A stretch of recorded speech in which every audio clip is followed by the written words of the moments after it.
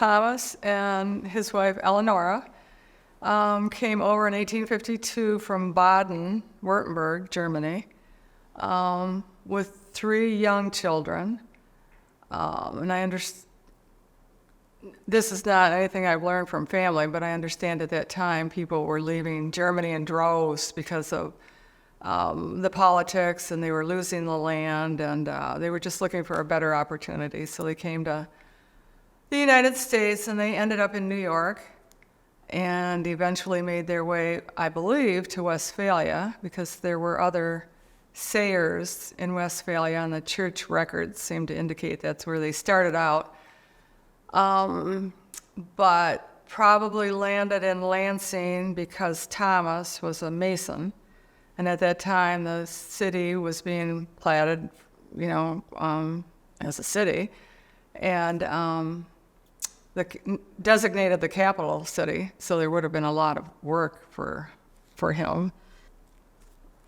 So they lived in kind of north of here, and he donated the property for the first St. Mary's Church, and the first Mass was said in his log cabin, and that was in 1856.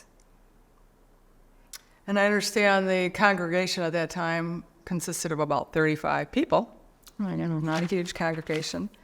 And they went on to have 13 children, and their grandson was Viv Saier, who became a well-known local baseball player, and then played for the Chicago Cubs. He was recruited for the Cubs when he was about 19. Mm-hmm. He'd been playing on the Oldsmobile team.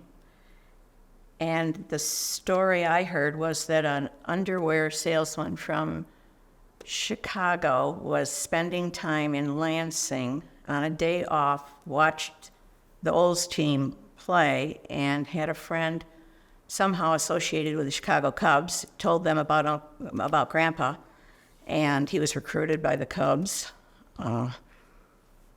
Went there. He took Frank Chance's place at first base. There was a famous Cubs play, Tinker to Evers to Chance, and Chance was on first base. Grandpa took the first base position when Chance retired.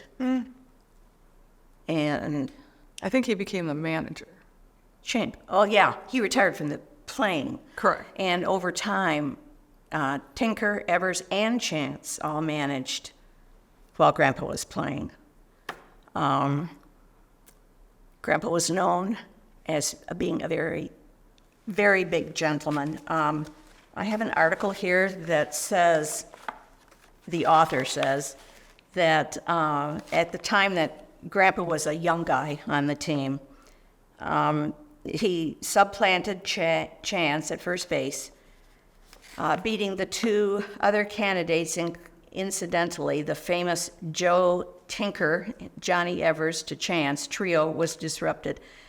The surviving veterans, as well as Heine Zimmerman, who played third base, gave the new kid a real rough time.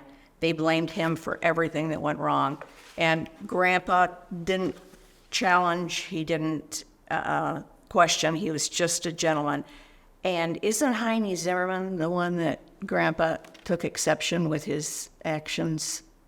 I believe it's Heine Zimmerman, who Grandpa, who never talked about baseball, made it very clear that Heine Zimmerman was not a nice guy. And strangely, someone wrote a book and credited a picture that was of our grandfather, only it wasn't our grandfather, it was Heine Zimmerman. So that's a really novel mix-up. Mm-hmm. Grandpa didn't talk baseball with us. I remember the only story that he shared with me, he was doing card tricks, which were amazing for a kid. And he said that he learned card tricks in the dugout.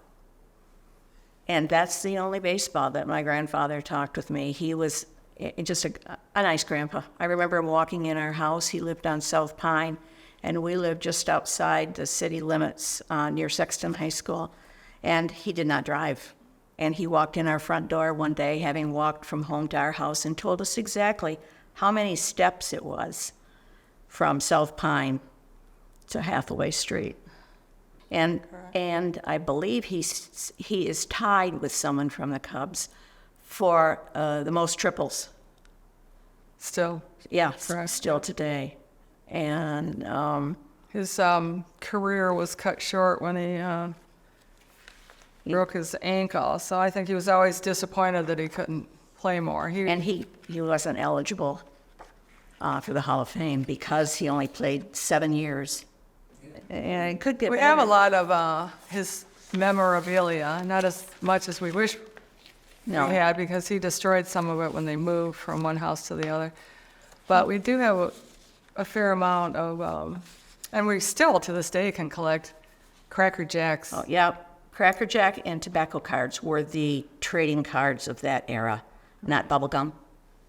And so we have some of those. You can still find those on eBay. That's kind of fun. Yeah, he hit in the winning play for their first game in what was then called Weegham Park.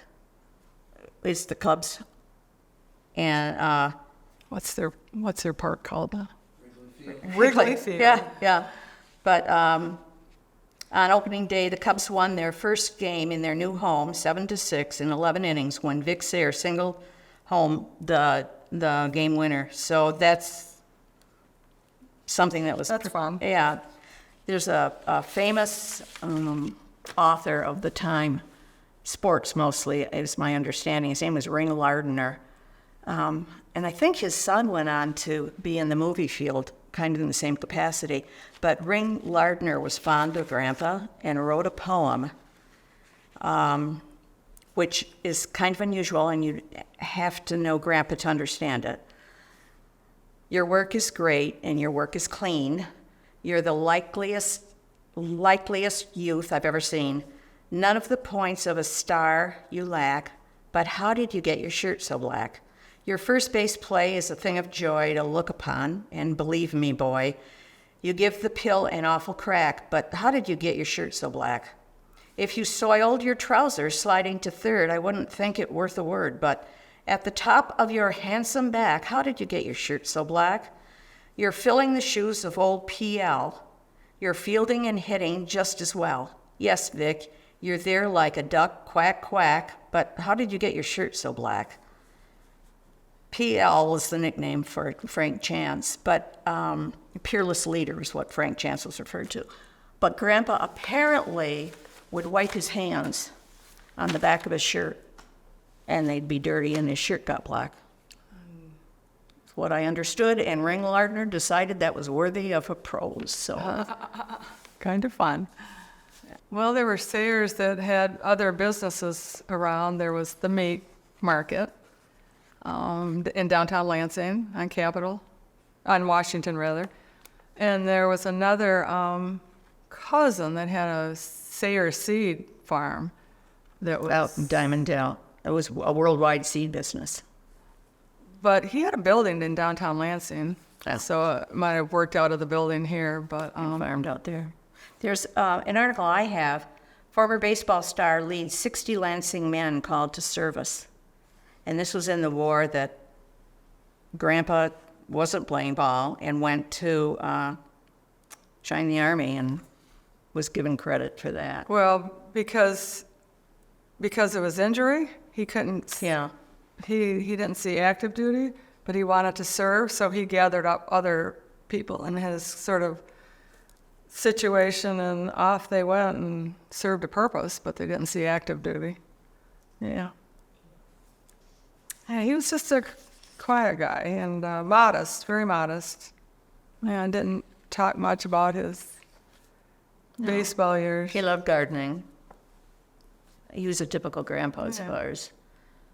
It wasn't until Grandpa was gone and we realized the impact he had on other people. I've got a letter at home I did not bring that, and I looked up the person who wrote it, who was just somebody from Grand Rapids, who found Grandpa's address years later, like it was in the 70s, 60s, and said what a pleasure it was to have met him when he was a kid, and sought out Grandpa just to send him the letter saying thanks.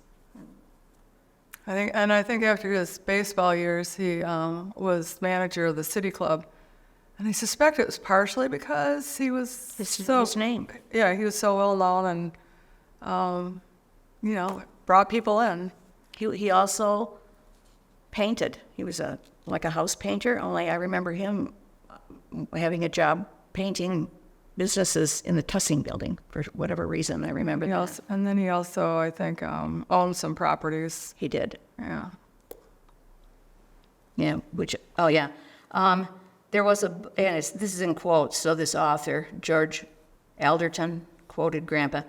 There was a ball game down there every Sunday. That's at the Lansing Diamonds, wherever they were, every Sunday, and I got into a lot of them, he recalls. I will always remember one man well, Bill Wright, who was one of the greatest players I ever saw. Bill, who will be remembered by some old fans hereabouts, this is what Katie read, with the Lansing Colored Giants. He could play anywhere, and he had the speed and the grace to make him great. He was born 50 years too soon. He would have made the majors today, a fine man. Can I tell you one funny, funky story? It doesn't necessarily have to be taken, but... Oh, I know one. Movie? Oh, no, do that. Which one are you thinking? My mom thought that Grandpa was a fireman for a living because her mother would ask her most days to go down to the fire station and tell him dinner was ready because he spent his time playing checkers or chess or cards I think, yeah. down at the fire station at the end of the block. He was using all his skills from From the dugout. dugout. Yeah. No. And I do remember he could shuffle a card. You know how you shuffle cards? Whoops. He was good at that. The story. But I have a friend that went to MSU.